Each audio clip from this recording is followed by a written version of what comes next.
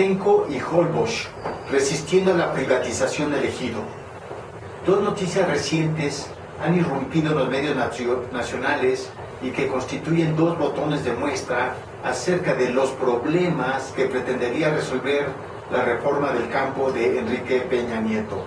La primera está referida al nuevo intento del gobierno federal de despojar las tierras del ejido San Salvador Atenco para la ampliación del aeropuerto de la Ciudad de México.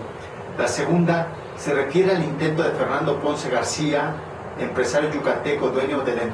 embotelladora Coca-Cola Pepensa, de privatizar el ejido de la isla de Holbox, Quintana Roo, y construir un megaproyecto turístico para la élite internacional.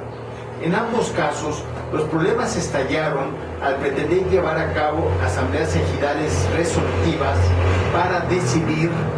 el cambio de ejido a propiedad privada plena con ejidatarios falsos, impidiendo la participación de ejidatarios auténticos opositores, con la intimidación de grupos de choque, así como la participación de policías municipales y estatales, así como de autoridades agrarias a modo.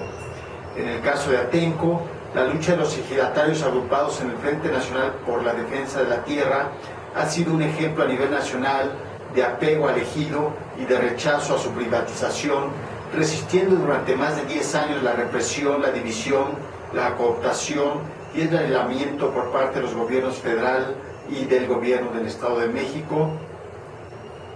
Una vez que fracasó el intento del entonces presidente Vicente Fox de expropiar diversos ejidos en la zona del exlago de Texcoco, pagando precios irrisorios como indemnización para la construcción del aeropuerto alterno de la Ciudad de México. En el caso del ejido de la isla de Holbox, se trata de una isla paradisíaca al norte de Quintana Roo, en manos de 800 ejidatarios y ejidatarias, que es parte de la reserva Yumbalam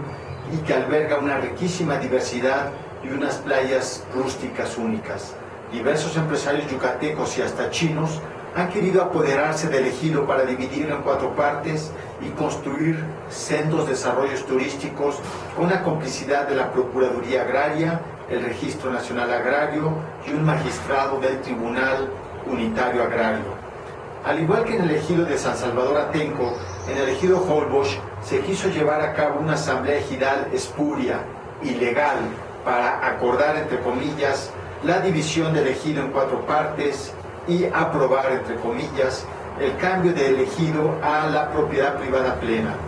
Los empresarios yucatecos, con la complicidad de las autoridades agrarias y la utilización de grupos de choque, simularon una asamblea ejidal legal con ejidatarios falsos, espurios, nylon de Yucatán y otros ejidatarios a modo, impidiendo el acceso a la asamblea a los verdaderos ejidatarios que se oponen a la privatización de Holbox. Se trató, al igual que en Atenco, de una asamblea ilegal, de una asamblea espuria. En ambos casos, el afán de despojo y privatización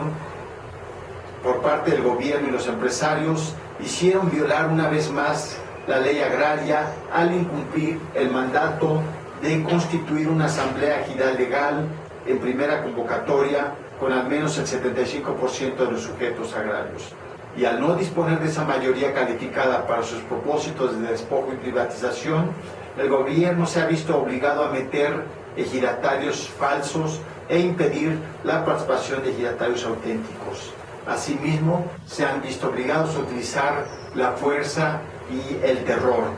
Y esto es lo que quiere evitar justamente el gobierno de Enrique Peña Nieto, y esto es lo que quieren evitar los empresarios voraces que quieren despojar a los ejidatarios de sus tierras, aguas, playas y demás recursos naturales. Con la reforma del campo de Enrique Peña Nieto se quiere modificar la ley agraria con el argumento de simplificar y desburocratizar los trámites para la realización de asambleas ejidales con el 50% más 1 de los sujetos agrarios en primera convocatoria o con los que asistan en segunda convocatoria. Con estos cambios, las asambleas como las de Atenco y Holbox serían más fácilmente manipulables y la privatización de los ejidos y comunidades se haría con suma facilidad y rapidez. Atenco y Holbox son dos ejemplos de lucha contra la privatización y dos ejemplos de los problemas de simplificación, entre comillas, y de burocratización, entre comillas, que quisiera resolver la reforma del campo de Enrique Peña Nieto. Es increíble que a más de 150 años de la ley de desamortización de bienes en manos muertas, es decir, en manos campesinas, manos indígenas, y a más de 100 años de la dictadura porfirista, se siga considerando a las tierras en manos campesinas e indígenas como tierras en manos muertas, sujetas a cambio hacia manos vivas, a manos privadas, a manos extranjeras, y que se siga considerando a las comunidades rurales como zonas de despojo y de desalojo, como zonas desiertas, deshabitadas, que requieren de compañías deslindadoras en pleno siglo XXI. Es inaceptable esta guerra neoliberal contra los campesinos y sus derechos históricos como comunidades indígenas, derechos agrarios conquistados en la Revolución y en sucesivas luchas por la tierra, derechos como comunidades campesinas, derechos como productores, derechos como mexicanos, derechos como seres humanos. Es importante defender la propiedad social de las tierras y de las aguas, de los bosques, selvas y vegetación de zonas áridas, de la biodiversidad, de los conocimientos tradicionales. En la propiedad social de la tierra están asentadas más de 180,000 localidades rurales con más de 30 millones de personas asentadas, más de 65 pueblos originarios y una de las mayores culturas agroalimentarias del mundo, así como más de las 2/3 partes del territorio rural, del agua y de la biodiversidad del país. Privatizar la tierra es condenar a muerte al campo y a millones de campesinos. La propiedad social es la vida, es la historia, es el presente y es el futuro de un México con campesinos, con seguridad alimentaria, con protección y cuidado de los recursos naturales, con protección